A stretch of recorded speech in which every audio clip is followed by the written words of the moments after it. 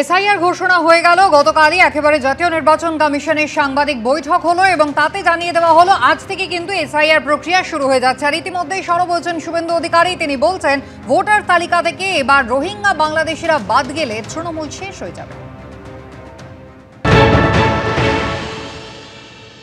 বিহারের সফলতার কথা বিএলওরা তিনবার বাড়িতে যাবেন বলেছেন এবং এটা নতুন নয় বলেছেন, এর আগে একাধিকবার হয়েছে বলেছেন।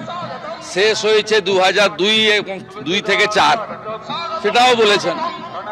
অর্থাৎ স্বাভাবিকভাবে পশ্চিমবঙ্গে মৃত ভোটার, অবৈধ বাংলাদেশি অনুপ্রবেশকারী মুসলিম ভোটার যারা অভারতীয়, ভুয়া voter, triple entry, double entry, এদের বাদ যাবে। এটা ভালোই। পরিচ্ছন্ন ভোটার তালিকায় নির্বাচনের সবচেয়ে বড় হাতিয়ার হওয়া উচিত। অন্যদিকে প্রাক্তন কংগ্রেস সাংসদ অধীর রঞ্জন চৌধুরীর প্রতিক্রিয়া, অনুপ্রবেশকারীরা এ রাজ্যে এসে ভোটার হয়ে গেলে তার দায় রাজ্য সরকারের। রাজ্যের দায়িত্বের মধ্যে পড়ে এটা, রাজ্য সরকার দেবেও, সাপ্লাইও করবে এবং পশ্চিমবঙ্গের রাজ্য সরকার তাদের কোনো আপত্তিও নাই। কারণ রাজ্যে যারা মাথা, বিডিও, এসডিও, ডিএম সব তাদের কথা শুনে উঠে বসে। অতএব রাজ্য সরকার কোনো মাথা ব্যথা থাকার তো কথা না। মাথা ব্যথা আবার আমাদের কথা, যারা আমরা মনে করি যে পশ্চিমবঙ্গে ভোটার লিস্টে মৃতকে জীবিত, জীবিতকে মৃত করা হয়, ভোট চুরি হয় পশ্চিমবঙ্গে নির্বাচনের দিন, বুথ কবজা হয়, এগুলো আমাদের প্রচলিত আমাদের অভিযোগ। অনুপ্রবেশকারীদের ভোটার লিস্টে অনুপ্রবেশকারী ঢুকে যাওয়া, এই তত্ত্ব প্রথম ভারতবর্ষের মানুষকে বুঝিয়েছিল বাংলার মুখ্যমন্ত্রী মমতা ব্যানার্জি। যদি অনুপ্রবেশকারী পশ্চিমবঙ্গে এসে ভোটার হয়ে যায়, রাজ্য সরকার দায়িত্ব, সেটা রাজ্য সরকার সেটা দেখবে। এদিকে তৃণমূল বিজেপিকে একযোগে নিশানা করছেন সিপিএম নেতা মোহাম্মদ সেলিম। তিনি বলছেন একজন বৈধ ভোটারের নামও যাতে বাদ না যায়। মানুষের মধ্যে ভয়ের আবহ তৈরি করছে নির্বাচন কমিশন। সিপিএম পথে বেরোবে। সব হচ্ছে আসলে নাগরিক সমাজকে ভীত সন্তুষ্ট করা। এসআইআর নিয়ে এই জন্য আগামীকাল সমবেত হব, বিক্ষোভ দেখাবো, জমায়েত করব এবং দাবি সনদ পেশ করব। আর বিরোধীদের কটাক্ষের জবাব এসেছে তৃণমূল কংগ্রেসের পক্ষ থেকেও। তারা বলছেন মমতা বন্দ্যোপাধ্যায় প্রথম স্বচ্ছ ভোটার তালিকার জন্য লড়াই করেছিলেন। একজন বৈধ ভোটারের নাম বাদ গেলে বা হেনস্থা করা হলে প্রতিবাদ হবে।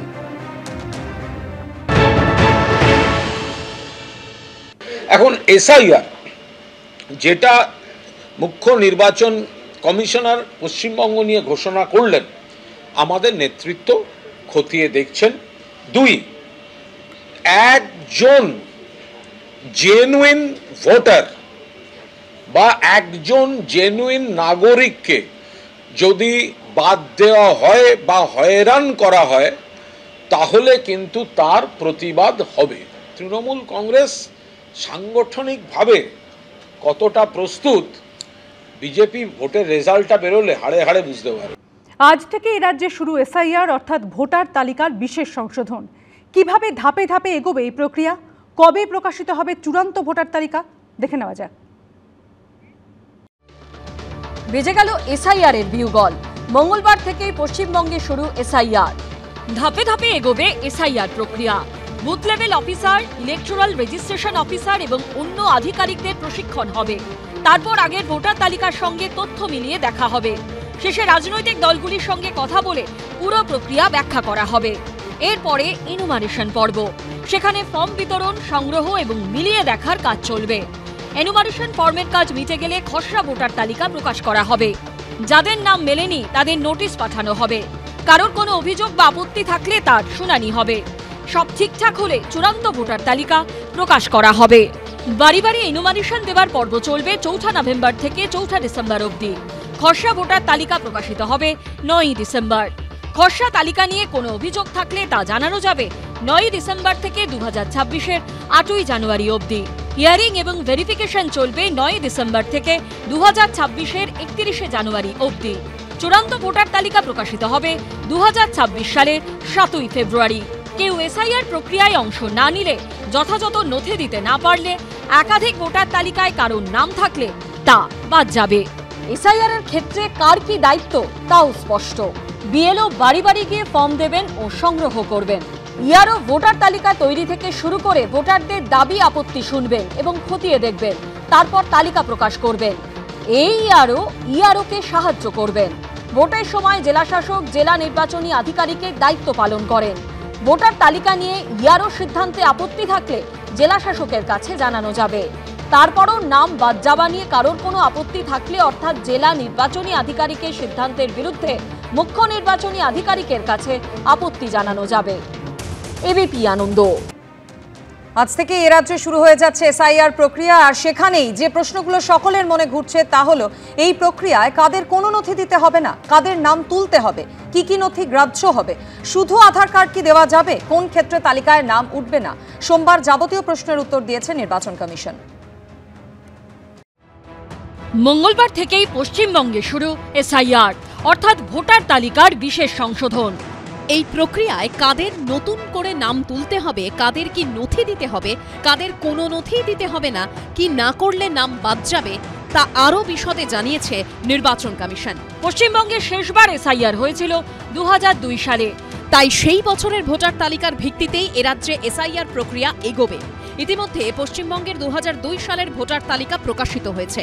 তা দেখা যাবে মুখ্য নির্বাচনী আধিকারিকের দপ্তরের ওয়েবসাইটে। 2002 সালে তালিকায় যাদের নাম রয়েছে তাদের এবার আর কোনো নথি দিতে হবে না। 2002 সালের তালিকায় মা বাবার নাম থাকলেও আর কোনো নথি লাগবে না। শুধু কমিশনের ওয়েবসাইটে গিয়ে ম্যাচিং প্রক্রিয়া করে নিতে হবে, যা ভোটাররা নিজেরাই করে নিতে পারবেন। 2002 সালের ভোটার তালিকায় যাদের নিজেদের বা মা বাবার নাম নেই তাদের নথি দিয়ে নাম তুলতে হবে। এক্ষেত্রে কোন কোন নথি দেওয়া যাবে? কেন্দ্রীয় অথবা রাজ্য সরকারের কর্মী হিসেবে কাজ করেছেন অথবা পেনশন পান এমন পরিচয়পত্র।